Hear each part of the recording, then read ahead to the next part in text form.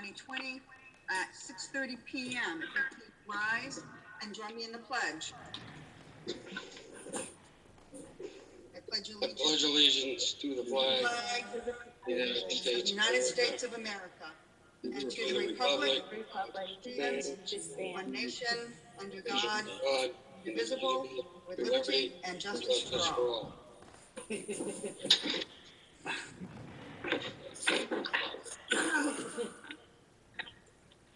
Thank you very much. Okay, I need to read we're conducting open meetings. Confirming member access. As a preliminary matter, this is Audie LeBrie, Chair of the Board of Selectmen. Permit me to confirm that all members and persons anticipated on the agenda are present and can hear me. Members, when I call your name, please respond in the affirmative. Amy? Aye. Barbara? Aye. Mike? Aye. And Rick Ward? Aye. Thank you. I'm Audrey. Staff, when I call your name, please respond in the affirmative. We have Mr. Hickey. Aye. We have Al Gallant.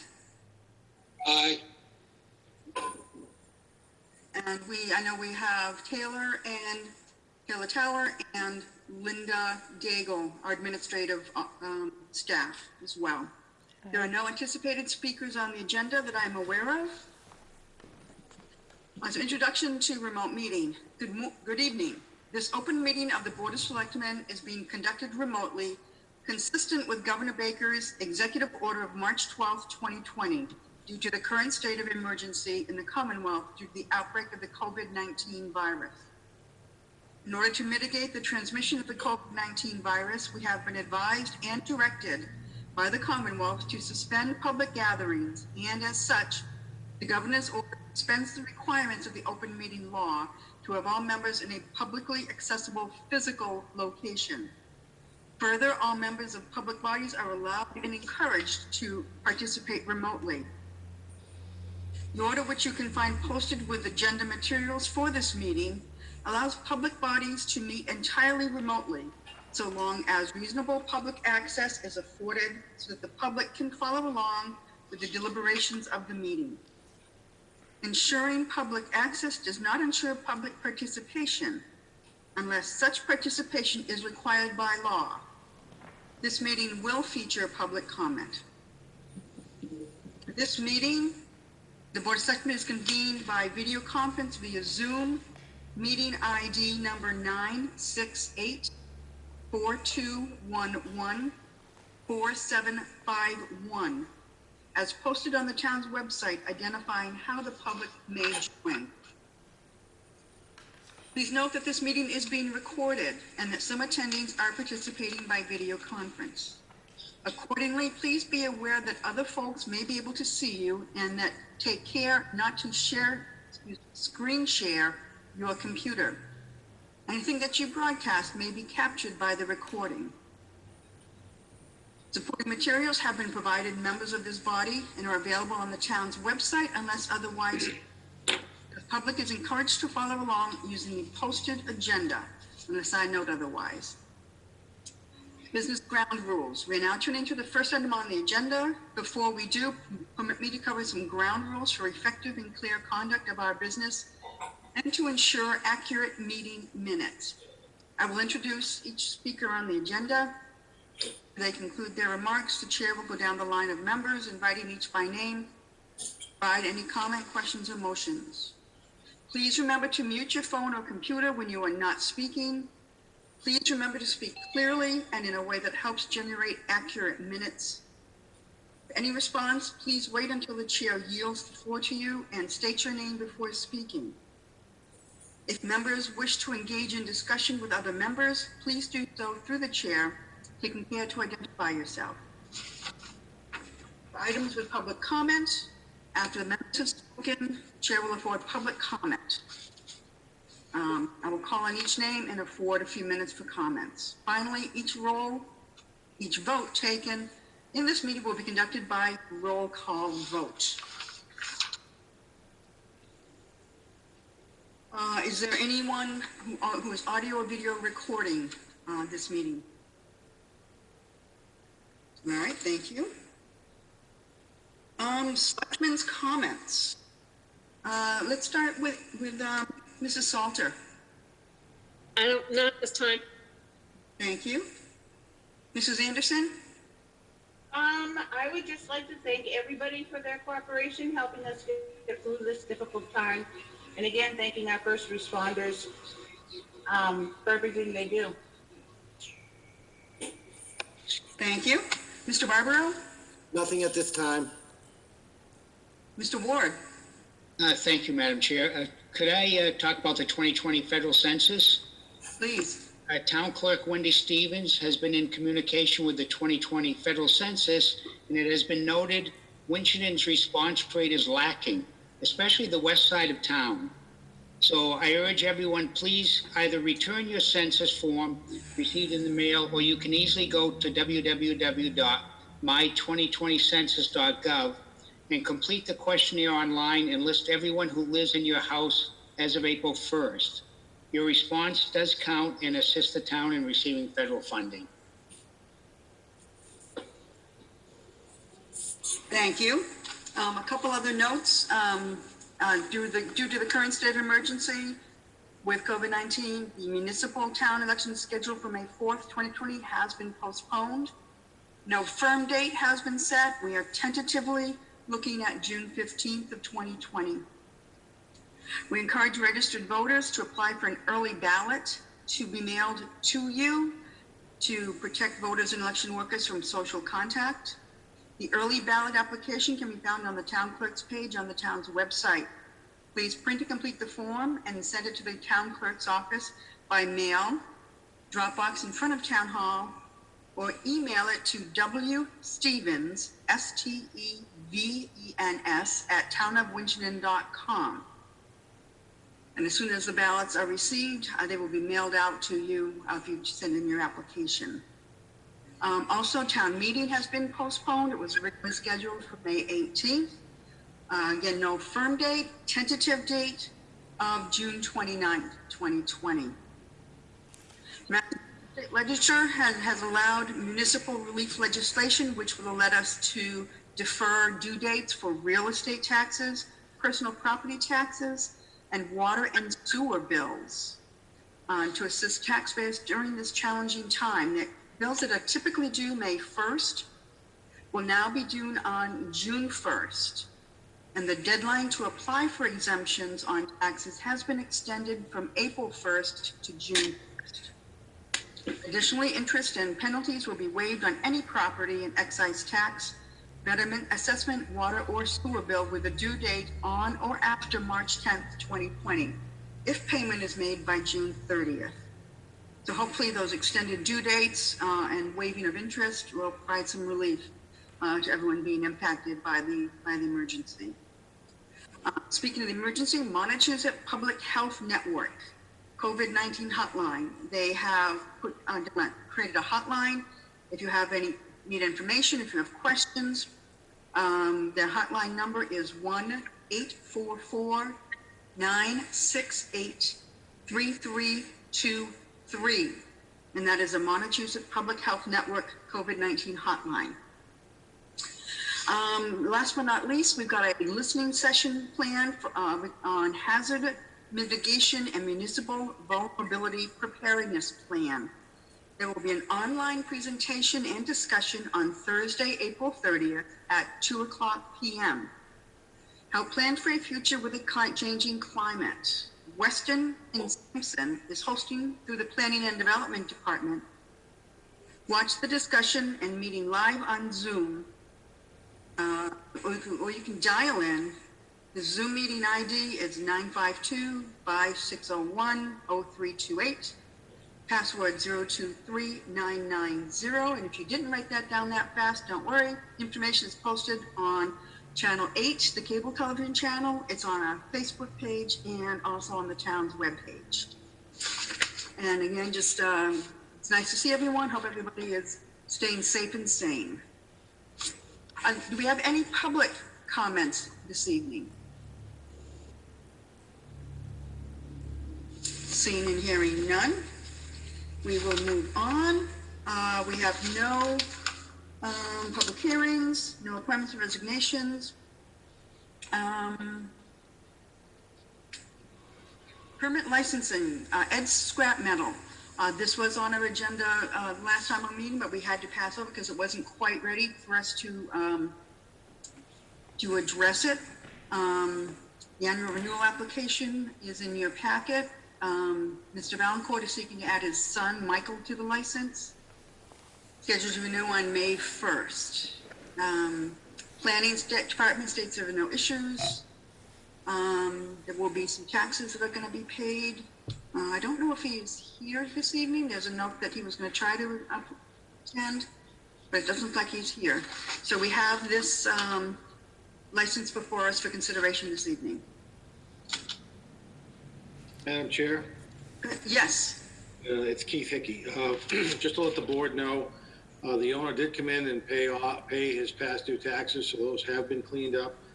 All of the departments have reviewed the request and are in support of the changes that are proposed in front of the board this evening. Thank you, Mr. Hickey.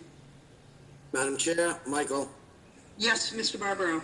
I move to approve the junk dealer's secondhand article license renewal amendment and adding Michael Valancourt to the license for Ed Scrap Metals located at 64 Main Street.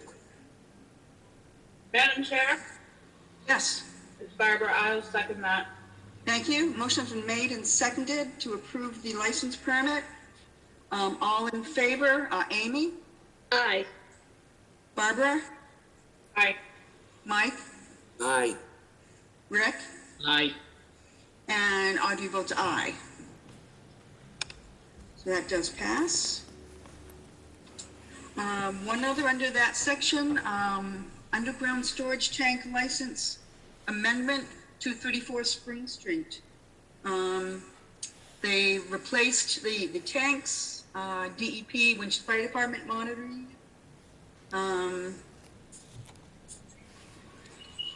No issues with the department heads. So any questions or comments? Madam Chair, Yes. Michael again. Thank you.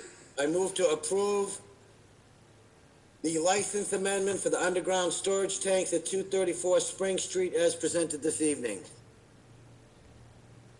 Thank you. Do I have a second? Madam Chair, Yes. I will second that, it's Barbara. Thank you. Motion has been made and seconded. Any further discussion? Roll call vote. Amy, Aye. Barbara, Aye. Mike, Aye. Rick, Aye. and I will vote aye. Audrey votes aye. Thank you. Boards, commissions, committee, departments. This evening we have an annual update from our Department of Public Works Director, Al Delant. Good evening, Al. Good evening, Madam Chair and other board members. I hope everybody's safe and healthy. Let's go over a quick little 3-page review, and then I'll ask you can interrupt anytime you want for questions.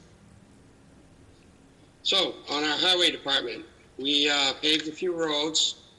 The lower end of West Street, Front Street, Roasted Road North, Murdoch Ave, and Otter River Road. These were all overlays. None of them were reconstructed completely. Pothole repairs done in the last 12 months. Coal patch, 396 tons at $139 a ton for a total of $55,044. Hut tops, 668 tons at $61 a ton for a total of $40,748. We try to do as much hot top as possible in the summer because it's way cheaper and it holds. But during the winter, I just can't get it. I don't have the ability right now. So we've been tracking our complaint counts, I guess you call them, work order complaints for the first time ever, really. So we did about 142 work order complaints in the past year. That's up and above our regular daily work and all the work that we have to do. I just thought I'd start tracking it just to see how it is. So our roads, our Chapter 90 money is iffy right now because of who knows what the state's doing. So I can't put anything out to bid because I don't know if we're going to have any money. As soon as I get a confirmation that we will get money, I'll put it out to bid. And that might be a little difficult because it's like this meeting. It's supposed to be in an open public so people can review documents and, ask questions. So I don't know how that's going to go right now. It might have to be Zoom if I'm allowed to do on Zoom. So that's it. So the roads that we could do this year, if we get a chance, could be the main traffic road of River, Front, and Spring, which about 3 years ago I had all the crack sealing done. It's a very highly used road. Traffic in 2017 was estimated at 14,000 cars per day. I think it's about 20,000 now because it's not getting less, it's getting more. And then the other thing would be if you wanted to do back roads, which is perfectly fine. I have no comment either way. It's up to the board. We could do Menominee Ave. We could rebuild, or we could just overlay, which I've been overlaying to try to catch up. In the past 4 years, we've overlaid about 20 roads. We've rebuilt 3 roads. So the other one would be Kemp, Hale, and Brown. Some of these I'm picking because they're really bad, but get quite a bit of traffic. Some of them I'm picking because they're little, and I could fit them into our restraints of how much money we have.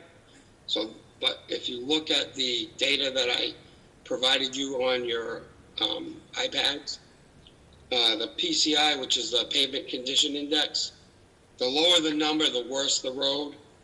The higher the number, the better the road.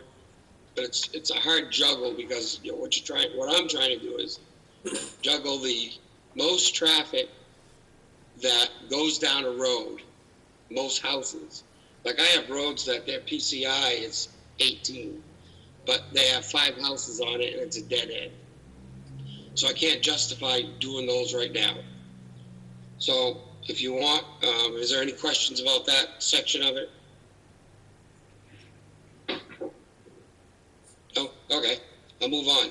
So last year, our major projects were Grout Park. Obviously, we spent a lot of time there. We did a lot of work there. It took a good part of 2 summers to do it. I figured about around 300 man hours that we spent between trucks and loaders and backhoes and personnel, but it's beautiful. The other major ones were we did a culvert on West Street, which was a 4-foot round culvert. And then after we were done that, we had Bartlett come in and put guardrails for safety. We also did Happy Hollow Road. There was 3 3-foot culverts that were, I would guess, 70 years old. They were all collapsed. So we changed all 3 with 3 4-foot, 40-foot long plastic pipe. That one there, we had to get permission from conservation because I had to actually divert the river for a couple days. We had to make a little dam, throw it all down one pipe, put 2 pipes in, and then reroute it to the other 2. It was quite a project for our little group of people. So the other things were we built a road, about a 300-foot road for Ingleside Park. We dug out all the stumps, dug out all the loam, dug out all the clay under it, brought in fresh, clean, processed gravel, and then coated it with road grindings, which we received free from when they ground down Route 202 last summer. So that was a big cost savings. That was a big project, but it didn't cost the town hardly anything. The Ingleside Committee Fund paid for everything but the road grindings, and we got those free.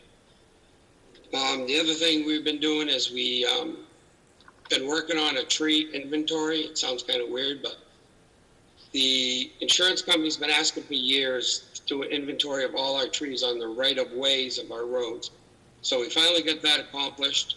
All I have to do is total the number of the different kinds of trees, and I can send that off to them, which I'm not really sure why they want it, but I'm sure it's something to do with liability and risk. Then we also replaced sidewalks on Grove Street and Lincoln Street. We had all the ends of the streets where the intersections are, handicap, ADA, right up to specs. We had asphalt in between because it's kind of a cheaper way of doing it, and we have to do a lot of catch up in the next few years. We have a 10-year mandate now to fix all the sidewalks that are in non-compliance right now. So I also asked Robinson Broadhurst for a grant for $200,000 this year, so I can continue that progress. Hopefully we'll get it. I'm not sure what streets we will do when we get it. I'm sure that will be a planning board and a Keith and myself and many people have input on what should be done next. But that's with the sidewalks. So, basins. We have had a lot of collapsed basins. We've repaired about 50 of them in the last year between a company that I hired to come in and do a bunch at once and ourselves. We're continuing that right now. We did a couple more last week. We're going to try to do more this week if I can get some nice days. But we have about 15 more that we have to do soon. So that's the situation on basins. Next is our regular maintenance stuff. We've started sweeping streets. As soon as we get some streets swept, front, central, the inner town area, we'll go out, we'll paint all the crosswalks and the stop lines again and the parking spots. We'll try to get that done hopefully in the next 6 or 8 weeks. We did some repairing at the ball field behind Murdoch. Some of it was our damage with our vehicles. Some of it was damage with chili cook-off vehicles. It was just a rainy, bad day. It was nobody's fault. It just happened. So we repaired the field for that. Our roadside trash, we've been collecting more and more lately. I'm sure it's a pinch of people not having, money. I mean, it's getting hard for everybody. But that's spiked up a little bit lately. I just wanted to mention that. The next thing is our MS4, which is our Stormwater Management program that we had to start last year. We had Time Bond come in with our own staff. We went all over the urbanized area, which they're considering where we have to inspect and test all our drainage culverts. This year, we're going to have to map them. We'll come up with a big map where they are. And next year, we'll have to start testing them, which will involve probably around 200. And we'll have to go in and we'll have to test them when they're running, and then we'll have to send it to a lab, and hopefully nothing comes back polluted, because if it does, then we have to find the source of pollution and remedy it. So, we had a couple of accidents through the winter. One truck on Russell Farm Road slid off the road, hit a telephone pole, and it was a used truck we bought from housing. That truck got totaled. The insurance company paid us $15,000, but I can't find a truck for that, so we're one truck short we used to have. And then we had another accident on King Phillip Road. A truck actually ripped a manhole out of the ground, and when it did, the manhole flipped through the plow up. The plow broke and went into the left front fender and door of the plow. Thankfully, nobody got hurt, but it was damage. There's a $7,500 insurance bill there. So we had a fairly mild winter as far as snow, but we had a lot of ice. We were treating a lot of ice storms. We've been trying to treat with a little bit more salt and a little less sand, because part of the MS4 also relates to every yard of sand I put down, we have to account for. We have to clean it. We have to send it off to, we're lucky, most towns are not, but we have to send it off to Templeton Templeton's sludge dump, we'll take it. DEP allows that. But if not, we'd have to pay $70 a ton to get rid of it. So the less sand we use in the future, the better, because I also have to record how much we've used and how much I'm taking out of the basins, how much I'm sweeping. So I'm trying not to use any more salt than I have to make the roads safe, but it's something that we have to start doing more and more of in the future. As far as some of those totals, so our salt usage was 2,282 tons.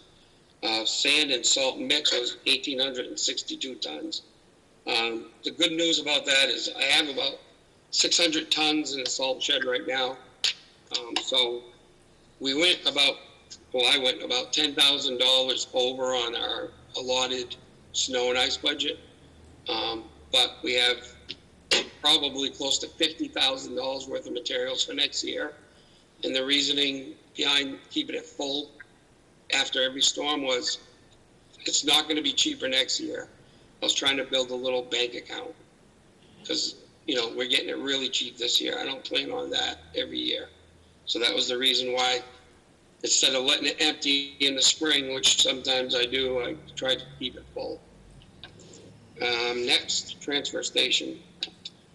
So everybody knows recycling has gotten really costly. The last company we had wanted to jack up its prices of recycling materials $55 per ton, and they wanted to also charge their trucking anywhere from $50 per truck to $25 per truck for the first year. So I could not accept that kind of a hit. I didn't think the public would want to accept that kind of hit. So we got 3 quotes. I ended up with Mr. Hickey, going with Charlie George. Charlie George's prices were pretty much cheaper than what I was paying from our past company right off the bat. In the next 3 years, well, the next 2 years out of the 3-year contract, he's going to go up a couple %, but there was nobody else even close to him. So luckily, I think we can not raise any prices through this first year. We'll see how that goes. Hopefully, we won't have to. The second. Could I just interrupt Al real quick, Madam Chair? It's Keith. Yes, Mr. Hickey.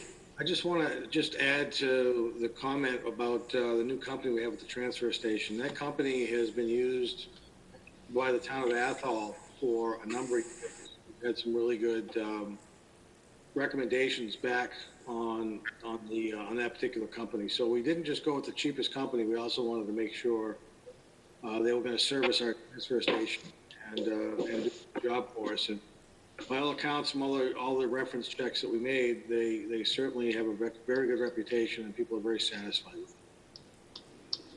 Thank you. Mr. Glenn? Okay. So if there's any more questions about transfer station stuff, we'll stop there for a minute. I hear none. Okay. Water department. Water department's been very busy. So some of the big projects we did in the water department was we took the High Street tank, we power washed just about every speck of paint off of it. We painted the whole tank, which was a good accomplishment. I think it ended up costing us like $10,000 in paint, but quotes were, $80,000, $90,000 to do that job. So I was pretty happy about that. They also, we had tank taps put in both tanks, High Street and Elmwood tank. DEP on our last survey requested that we start testing right at the tank. Before we would test the nearest home, and they just wanted it right out of the tank. So we accomplished that. That was one of the things they wanted us to do. We installed 15 more brand new fire hydrants last summer. We have a few more to go. Unfortunately, every time we flush, we find a few more that need to be rebuilt. And the parts are just as much to rebuild it as it is to replace it. So we've just been putting brand new ones in. They're $2,200. The labor's, we're already here, so pretty much the labor's free. I think it's the way to go. So that was something we did last year. Every 3 years we have testing for lead and copper in our town, including all the schools and multiple residents. Luckily, we have no hits on lead and copper, so they allow us to do it every 3 years instead of every year, which is good. And passed with flying colors again, which is another good thing. I'm not sure how many people know, but we've won awards. The Ashburnham Winchendon Authority has won awards on our water. It's so good. It's very good. I think it's better than bottled water. Let's see what else we got. Our water department's doing about 100 dig safes a year lately. Every time a contractor comes in or we do something, we have to call it in the dig safe, and we go out and we mark everything. So that can be time consuming on some of the jobs. Some of them, like Central Street for drilling, it might take a whole day to mark that whole street out. And every time somebody calls for something, you have to do it. So we don't really have a choice, but it's time consuming. Let's see, we have our 12 water meters on our 12 hydrants still being running at 5 gallons per minute. Unfortunately, that's to keep the dead end lines clean. At some point, we'll have to figure out what we're going to do about that, but that's for another day right now. The town had 7 water breaks and 3 service breaks last year. So that's pretty good. I mean, 3 years ago, we were having like 15. So we're getting better. I think some of it is when we emptied the tanks one by one and we had the tanks rebuilt that year, that pressure difference throughout that whole year was causing many problems. Because as soon as that was done, we went right back to our normal 5 to 7 a year as far as water breaks go. We're also doing inspections for our backflows, residential and commercial, which takes some time. Here and now, it's about 45 minutes to an hour. If they fail, we have to go back. They have to fix it. So that takes some time. So as far as the water department has to come in 7 days a week, 365 days a year. We have to inspect our lift stations, our pump stations, and record all the results every day. So that's something that we have been doing and we'll have to continue to do. So that's anything pretty much with the water department. Is there any questions with that?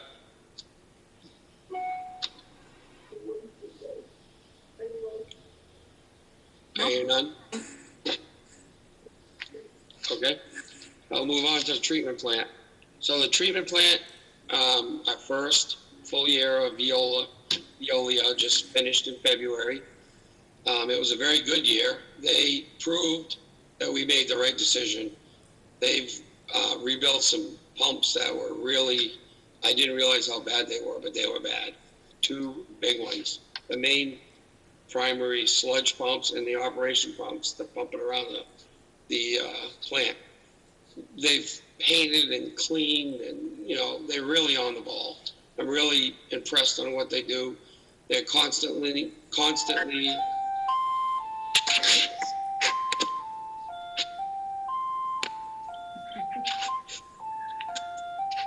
Oh, come on. they're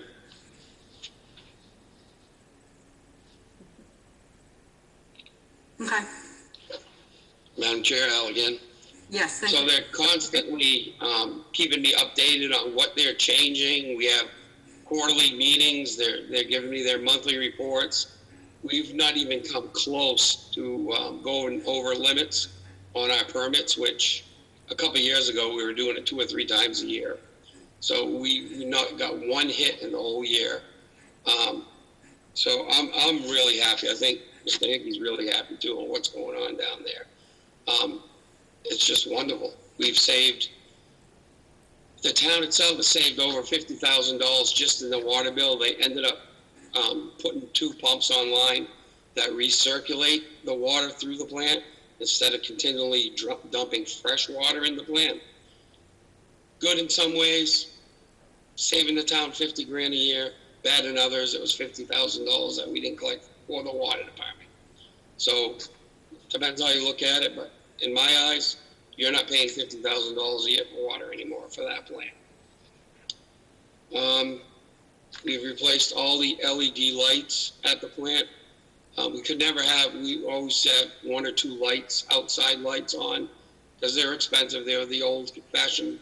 So that was one of the things that we did right off the bat when they came in. So that's saving us money on electricity at a very minimal cost to replace them. The aeration tanks, we have 2 big giant tanks there where the I guess you'd call them bugs, are circulated. They start eating the waste. Everything gets mixed up.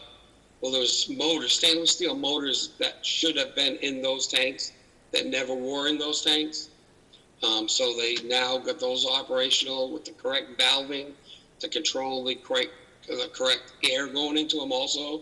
So our chemical bill and their chemical bill has gone way down, and we're doing a better job. That was another big improvement.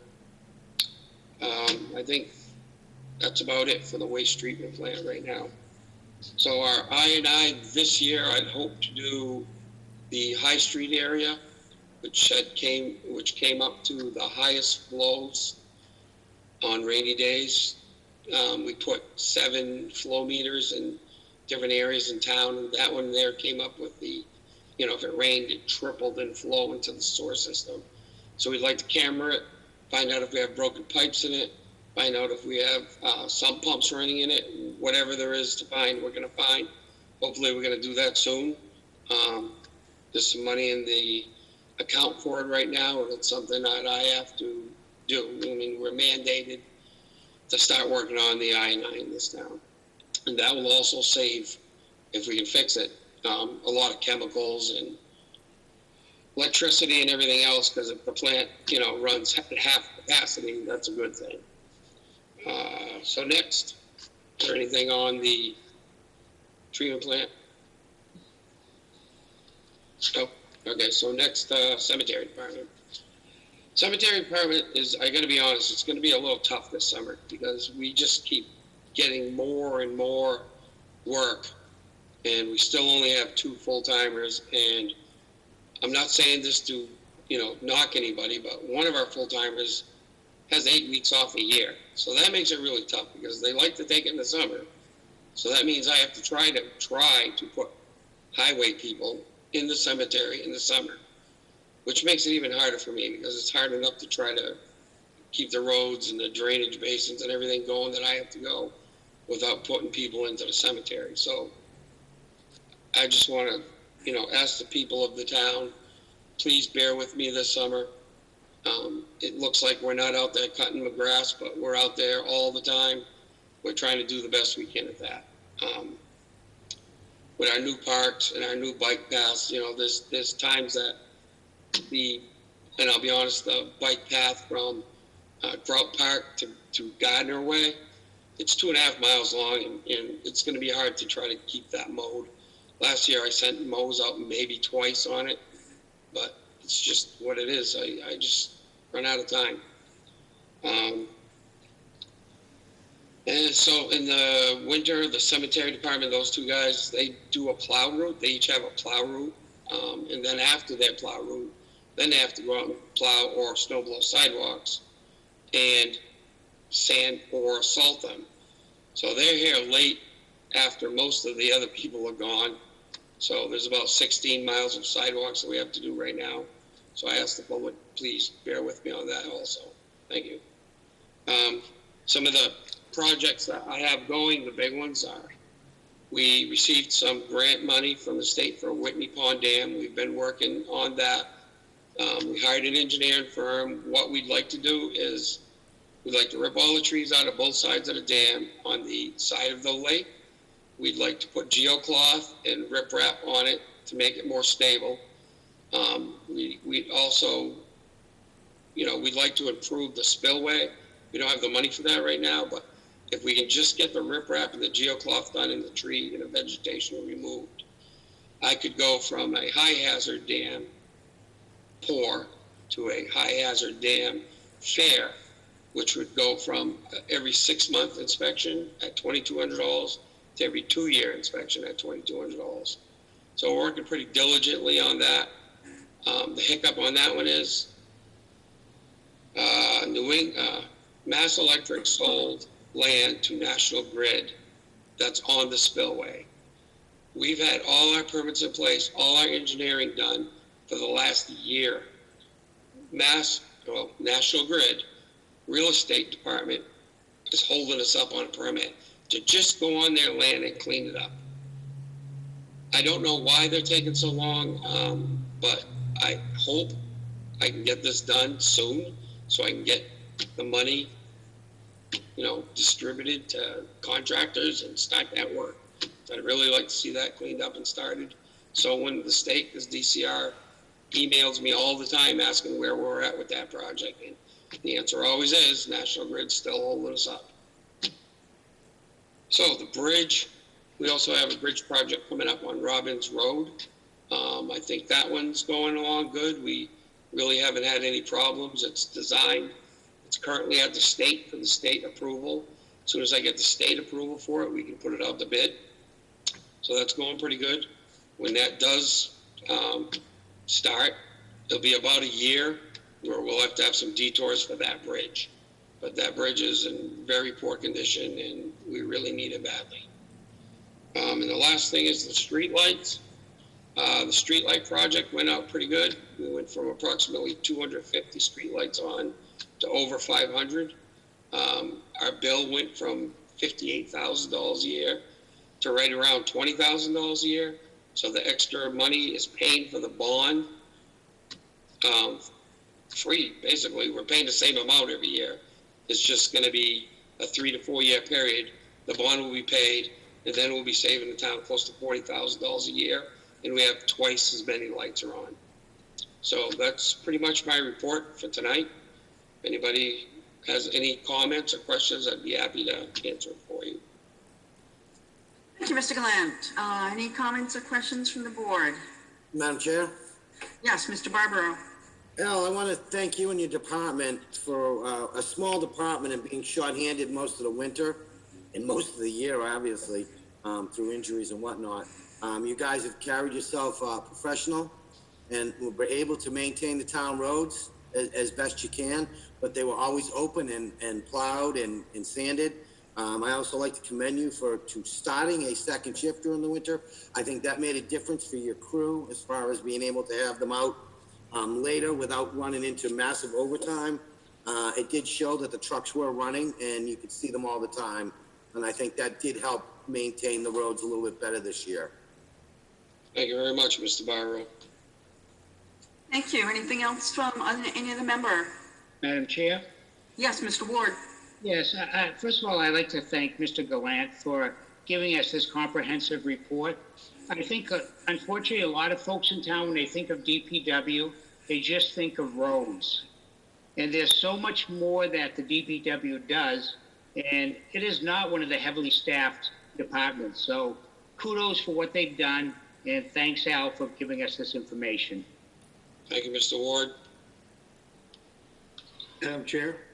Yes, Mr. Hickey. That's Keith. So would like to get a little guidance from the board tonight, if you'd be willing to do so.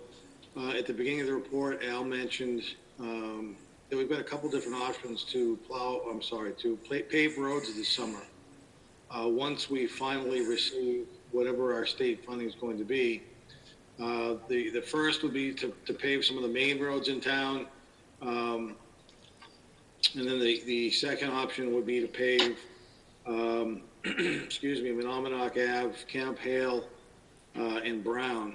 And I'm just wondering when the board would like to have this discussion and finalize, if you want to wait until we get our Chapter 90 money to finalize the paving schedule, or is there some direction you'd like to go this evening to give Al a sense of whether or not you want to do some of the main roads in town, as you mentioned, or some of the side streets?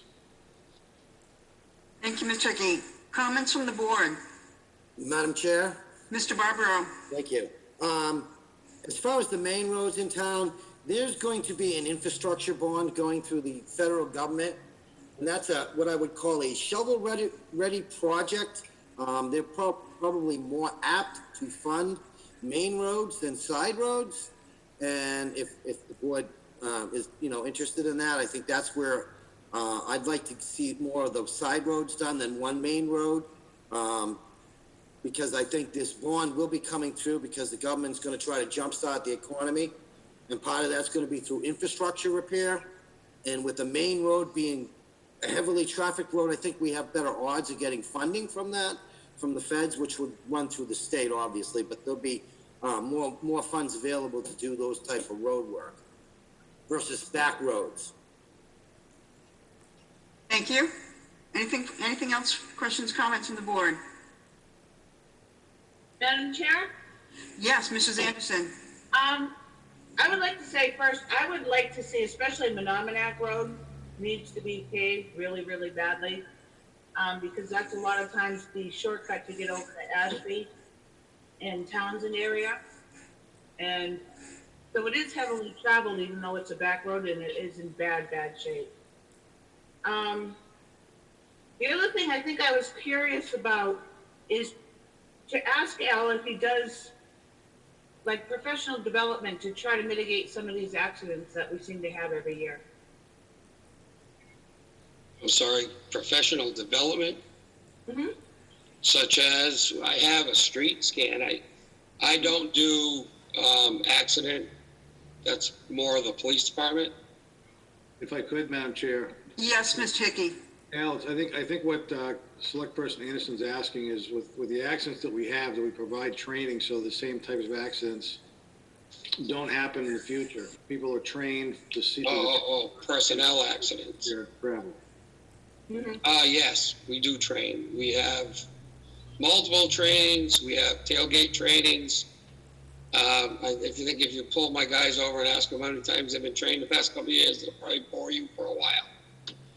We do, especially after some of our workman's comps claims. Maya stepped in.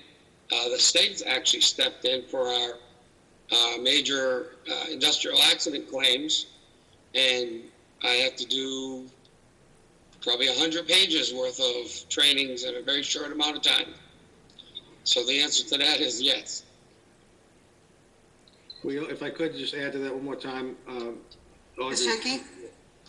we've also scheduled Maya to come out and do some training with a simulator sometime this summer. It's been delayed a bit because of the COVID situation, but they're scheduled to come out sometime this summer and do some simulator training with police, fire, public works employees to address any shortcomings we've had and any from similarities in some of the accidents that may have occurred to try to minimize those in the future. Thank you.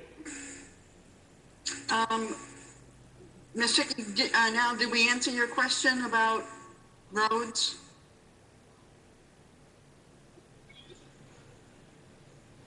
My impression is that out of the board members we heard from, that the concern is more neighborhood streets than it is some of the main roads in town. So, as Al starts putting together bid documentation and whatnot, he can gear towards that if that's the direction the board would like to see us going. I have one thing I'd like to just say before Al leaves. This past school year, I co-taught in an environmental science class up at the high school. And I don't remember when it was out, January or February. We started a water unit, and we actually started out by reading, I think it was the 2018 water quality report and talking about how Winchton gets their water. And I invited Mr. Gallant to come in for a couple of periods and talk to the kids about our water and where it comes from and all that other good stuff. So just like to publicly again thank Al for taking his time to come in and talk to the students. Thank you. Anything else for Mr. Gallant? All right. All right, thank you very much. Have a good night. You too, thanks.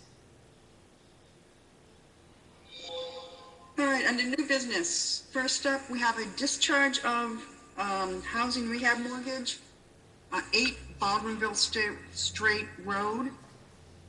I don't think Tracy was able to join us this evening. Madam Chair, it's Keith. Yes, Mr. Hickey. He's not here. Basically, it's very simple. The house is, the property owners of the home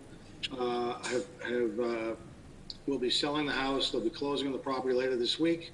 The discharge would be submitted after the mortgages, the 2 mortgages were paid in full. So the mortgages will have been satisfied at the closing, and all we're asking the board to do is release the funds. And we started to release the mortgages from the property because they will be paid. Thank you. Any questions for Ms. Hickey on this issue? Madam Chair, Mr. Barbaro? I move to approve the discharge of the mortgage on 8 Baldwinville State Road. Thank you. Do I have a second? Madam Chair, I'll second that, Ms. Barbara. Thank you, Mrs. Anderson, second. Any further discussion? Seeing and hearing none, all in favor say aye. I'm sorry. Mrs. Anderson? Aye. Mr. Barbaro? Aye. Mrs. Salter? Aye. Mr. Ward? Aye. And chair votes aye. All right. Ms. Hickey had called me earlier asking about adding one thing to our agenda this evening. This is a discussion on the submission of the deficit legislation amendment. You should have received some information on it. Mr. Hickey, I'll turn it over to you. Thank you, Madam Chair. So one of the things I've been doing over the last few weeks has been to try to identify and research how we can potentially reduce our budget if need be, or find other revenue sources because of the unknowns with the state budget and how the revenue shortfalls that they're seeing now, how they're going to impact us in our fiscal 21 budget. So one of the things I looked at was the deficit legislation required the town to deposit into a supplemental reserve a certain percentage of our operating budget during the life of the bond. The town of Winchton was able to set aside just over $323,000 in this supplemental appropriation that was, according to the current deficit legislation language, was required to stay in the reserve account until 2 years after the bond had matured and was paid off. So Winchton paid off their bond in fiscal 19. Therefore, we have to wait fiscal 20 and fiscal 21 with the current language to be able to access that money in fiscal 22. I called a representative from the Department of Revenue last week to verify that my reading of the language is correct, and she agreed with me. But she also said that, in her opinion, the Department of Revenue would not oppose any legislative amendment to the deficit legislation on the books to allow Winchendon to request those funds, reduce the waiting period from 2 years to 1 year, and request those funds in fiscal 21. He suggested that I reach out to Senator Goby, which I did. Senator Goby and I exchanged emails after a conversation off and on last week, and then she sent me some proposed language that she had drafted with the assistance of the Department of Revenue. What I'm seeking this evening from the board is a determination as to whether or not you would like to submit an amendment to the deficit legislation that would allow the town of Winchendon to access some or all of the $323,000 in the supplemental reserve if we were to need that to help balance the fiscal 2021 operating budget. Thank you. Okay, I'll open up to the board. Questions or comments? Madam Chair? Mr. Ward? Yeah, the only question I have is, you're looking for just the authorization to do this, but any use of those funds would have to go before town meeting, right? Absolutely. What I'm looking for is as many tools as I can get my hands on, candidly, to assist the voters of the community ultimately to present a budget that stays within the means of the community with the huge unknown of, what the state revenues are going to look like once they balance their budget. Because I don't expect the revenue numbers that they provide, the governor provided in his budget in March. I would be surprised if they're anywhere near what they proposed in March when they finally get their budget balanced later on in July, probably. I've been looking at appropriations as well to try to find ways to cut appropriations, and I've got some suggestions that if we need those, that I'll bring to the board to assist with a budget that the board can ultimately decide and vote on. But any of these changes ultimately would need to go in front of the Board of Selectmen, the Finance Committee, and then the board, and then the voters of the community to utilize any or all of that reserve fund. Thanks. Any other questions for Mr. Hickey? Questions, comments? Madam Chair? It's a great idea. I think every little bit will help. Ms. Salter, were you going to say something? Yes, Madam Chair. It's Amy. My only concern is, to me, that's kind of like it was basically a forced savings for us. I would hate to see that money used for general operations. Rather, I think that's more of like a capital kind of money to use, or to, put back into, our savings. That was the whole point, and get caught without, money set aside. So my only thing is I don't want to see it used for like general operations. I think if we don't have enough money for the general operations, we need to make cuts. Mm-hmm. I agree. And if I could, Mr. Hickey?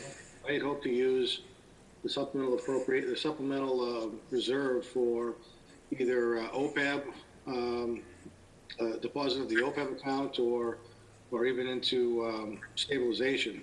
I hate the idea of having to use it for, to balance the budget. And it would be used, I guess. A lot of the cuts that I'm looking at this point are capital in nature. So if the board wanted to restore some of the capital items, they could potentially use the one-time revenue to restore that one-time expense. I don't want to balance the budget either on one-time revenue. Okay. Madam Chair? Yes, Mr. Barbaro. Thank you. As far as being able to tap them funds, I think we should be able to try to go after it. It will go before the town voters as free cash when it comes available to us. Given the unknown of the state budget, I understand that we're not wanting to plug that money into part of the operating budget, but if it comes down to public safety or laying off DPW, I'd be hard pressed not to be pushing for that at town meeting, because we are understaffed in so many departments. I'd hate to lose firefighters or DPW or town hall staff where we're already thin. I understand that we want to try to cut back on some stuff, but given the scope of what's going on fiscally, the state is hemorrhaging right now millions and millions of dollars without any way to recoup that. And at this point, for the rest of this fiscal year, never mind what's happening next year. And through the economic roundtable that Mr. Hickey attended, we're looking at a 19% unemployment rate going into the next fiscal year, which is going to be hard pressed for the state to recover that. The governor has also asked the federal government for $1.2 billion to fund our unemployment just till the end of this fiscal year. The state's rainy day fund is $3.4 billion, which if they plug into one time at the budget, doesn't fulfill all the needs the state has been pushing for, especially in the education where they've committed an additional $1 billion+. We're going to have a hard time justifying any spending long term, but in the event that we have to maintain public safety and public services, I think it's good that we have that money available. And again, it's going to be up to the town meeting vote to support what we're trying to do. Mr. Barbaro, any other questions or comments? Okay, seeing and hearing none. Ms. Hickey, would you like a formal vote on this? Yeah, Chair? I'm sorry. I'm sorry, Mr. Hickey, you have the floor. Oh, I'm sorry, thank you. So if the board is, yes, I would like a formal vote. to Okay. determine whether or not the board supports submitting an amendment to the existing legislation, or you'd prefer to not try to get access to those funds until fiscal 22. Thank you. Madam Chair? Mr. Barbaro, Thank you. I move to support submitting a deficit legislation amendment, reducing the waiting period to access the supplemental reserve fund from 2 years to 1. motion has been made. Do I have a second? Madam Chair, I'll second that. Thank you. Mrs. Anderson did a second. Any further discussion? Roll call vote. Mrs. Anderson? Aye. Mr. Barbaro? Aye. Mrs. Salter? Aye. Mr. Ward? Aye. And chair votes aye. Thank you. Oh, thank you. Get a scrounge anywhere we can these days.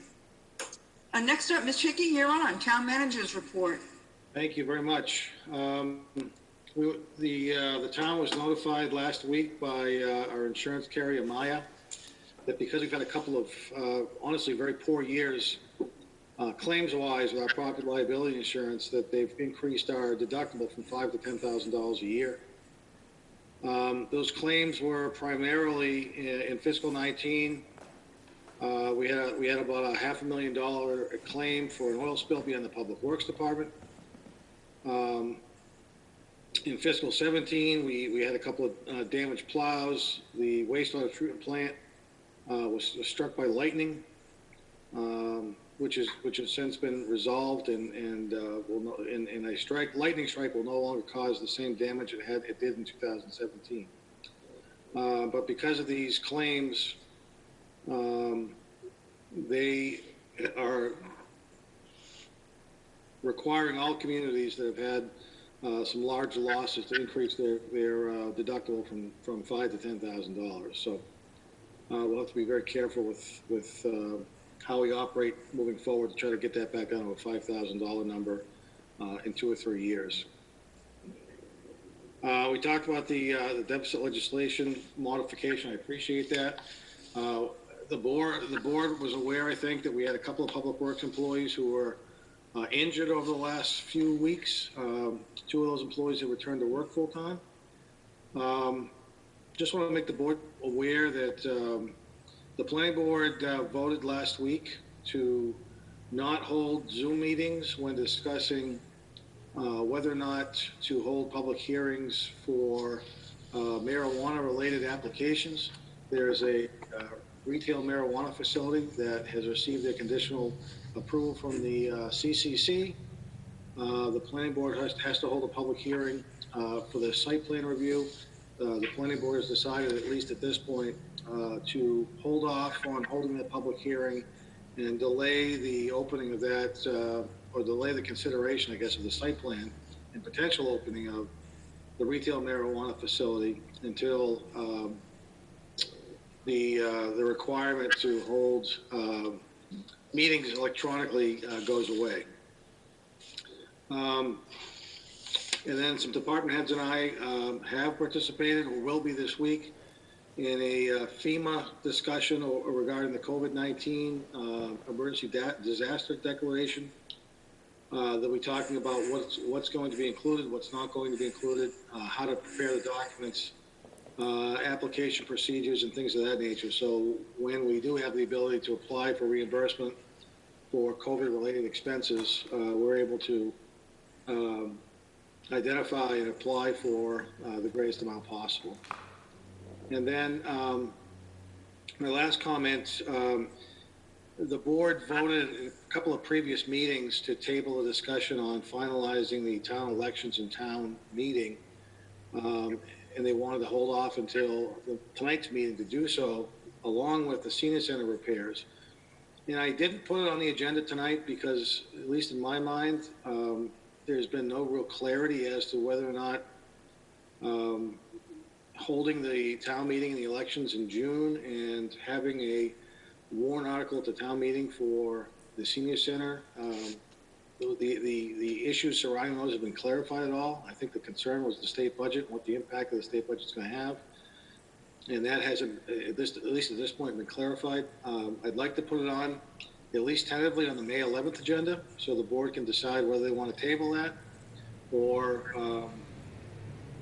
have some additional discussions about that. I will say that the May 11th, the tentative June election date that we chose, which I believe is the 15th.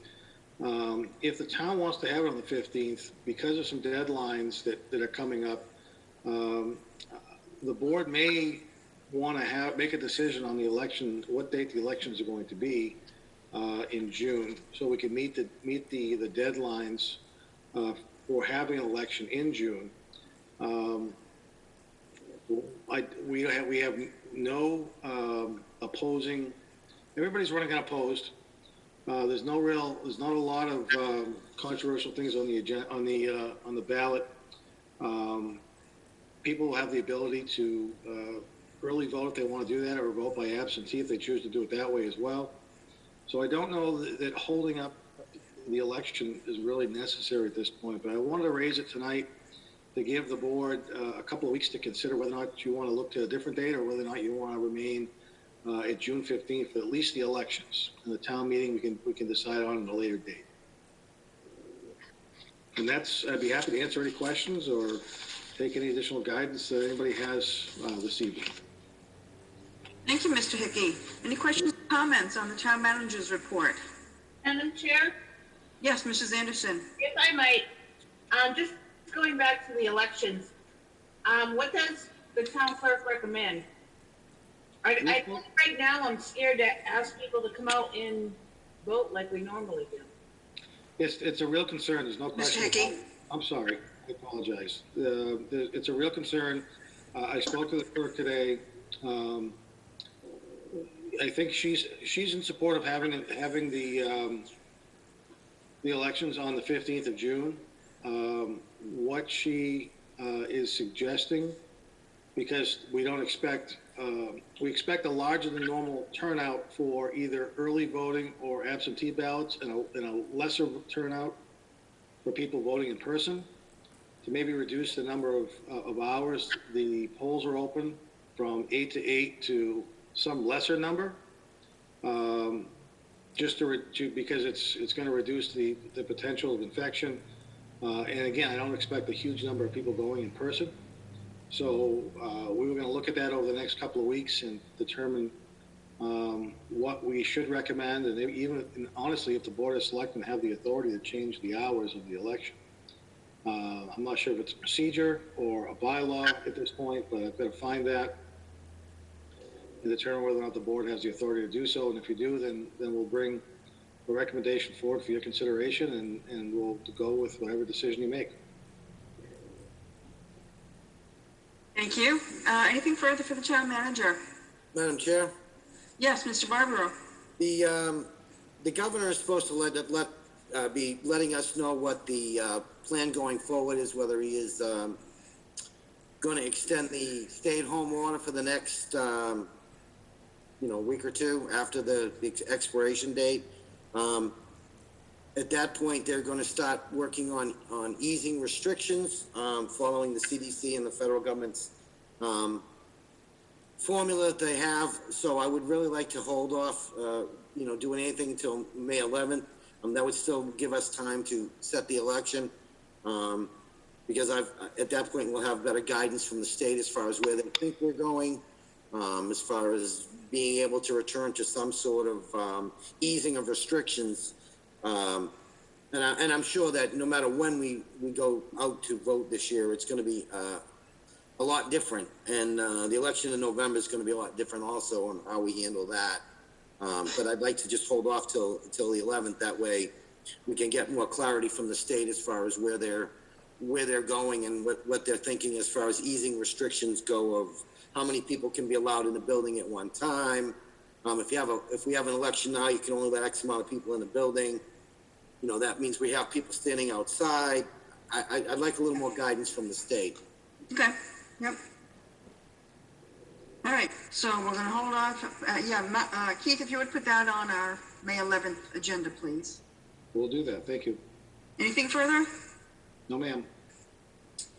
Hearing none, moving on. We have one set of minutes this evening for your consideration. Monday, April 13th, 2020. This was a regular meeting. Give you a moment. Madam Chair, Mrs. Anderson. it is Barbara. I would move to approve the Board of Selectmen minutes of Monday, April 13th, 2020. Thank you. Do we have a second? Madam Chair, it's Michael. Yes. I'll second. Thank you. Seconded by Mr. Barbaro. Roll call vote. Mrs. Anderson? Aye. Mr. Barbaro? Aye. Mrs. Salter? Aye. Mr. Ward? Aye. And chair votes aye. Thank you. Agenda items. So our next meeting is Monday, May 11th. Our second meeting in May, Monday, the 25th is Memorial Day weekend. So what is the board's pleasure as far as our meeting schedule for May? Any thoughts? Madam Chair, Yes, Mr. Ward. I really have no problem keeping it May 25th. It's not like we're going to be going anyplace. Good point. Yep. Madam Chair, Yes, Mr. Barbaro. that is, I'm laughing at Mr. Ward's suggestion, but in order to bring the staff in, we would be paying them double time and a half. You know, I think we need to look at the calendar and pick another day.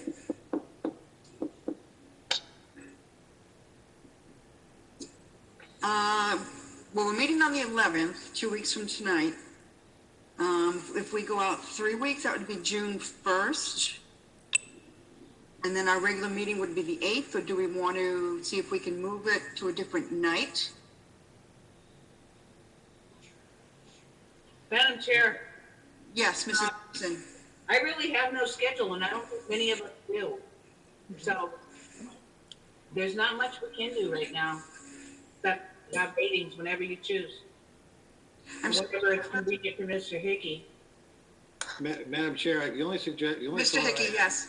The only thought I have, Madam Chair, is if we wait until June 1st, there may be some more clarity from the Commonwealth on how we're going to move forward from this situation. So if you wanted to hold off until till June 1st, like I said, it might give you an extra week to have a better sense of what's going to be happening with this COVID situation.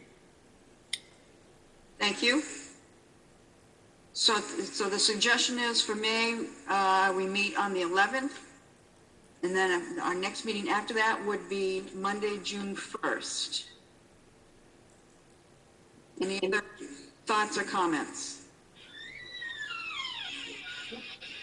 Can everyone make it on June 1st? Check your calendars. Yes. Yes, Madam Chair. Yes, Mr. Barbaro. Yes, I'm fine. for June Oh, 1st. thank you. Okay. All right. So our next meeting will be May 11th. And then we'll meet, our meeting after that will be June 1st. All right. Thank you very much. Madam Chair, Keith? Yes, Mr. Hickey.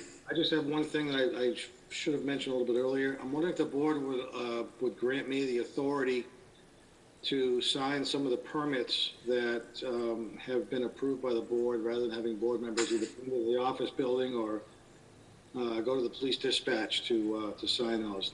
It's up to you. I'm just suggesting that those need to get signed, and if you prefer to have me sign them on your behalf, I'd be happy to do that. I just need the authority to do so. Thank you, Keith. That's a good point. Thoughts from the board members? have Mr. Hickey sign them. Mrs. Anderson? Thank you. I feel like we shouldn't be going into town hall or even the police station, for that matter, if we can avoid it. The less we're out and exposed, we're not exposing somebody else, and it would just be prudent, I think, at this time to give Mr. Hickey that authority.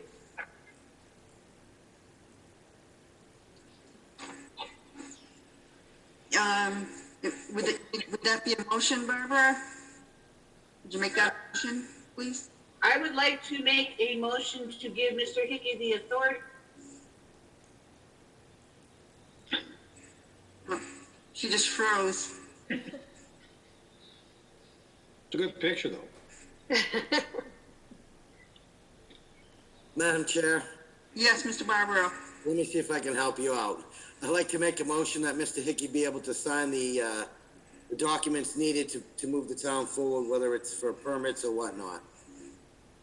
Until such time as we all can To resume. resume our normal duties. Thank you. Do I have a second? Madam Chair? This Yes. is- Second. Motion's been made and seconded by Mr. Barbaro and Mr. Ward. Any further discussion? Roll call vote. Mr. Barbaro? Aye. Mrs. Salter? Aye. Mr. Ward? Aye. Chair votes aye. And Mrs. Anderson would abstain. She's not here, so I'm not sure how that would be recorded. I just think it would be recorded as a 4-0 vote, and just 4-0, okay. minutes could reflect that Mrs. Anderson left the meeting at 7:49. With technical difficulties. Yep. All right, I'm back. Hey, So we had a motion, Mike made a motion to authorize Ms. Hickey to sign necessary documents, keep the town moving forward until such time as we can resume our duties. And Rick seconded it. We already did the vote, so Mrs. Anderson? Aye. Thank you. Okay. We do have an executive session this evening under exemption number 3 to discuss strategy with respect to collective bargaining or litigation if an open meeting may have a detrimental effect on the bargaining or litigating position of the public body and the chair so declares, subject Town of Winchendon unions. Do I have a motion? Madam Chair, Mr. Barbaro? I move that we go into executive session for reason number 3. Madam Chair? And I do so declare. I'll second that, Madam Chair. It's Barbara. Mrs. Anderson, thank you, has been seconded. And we will come back into public session for the sole purpose of adjournment. Will the maker and the seconder of the motion agree to that amendment? I will. I will too.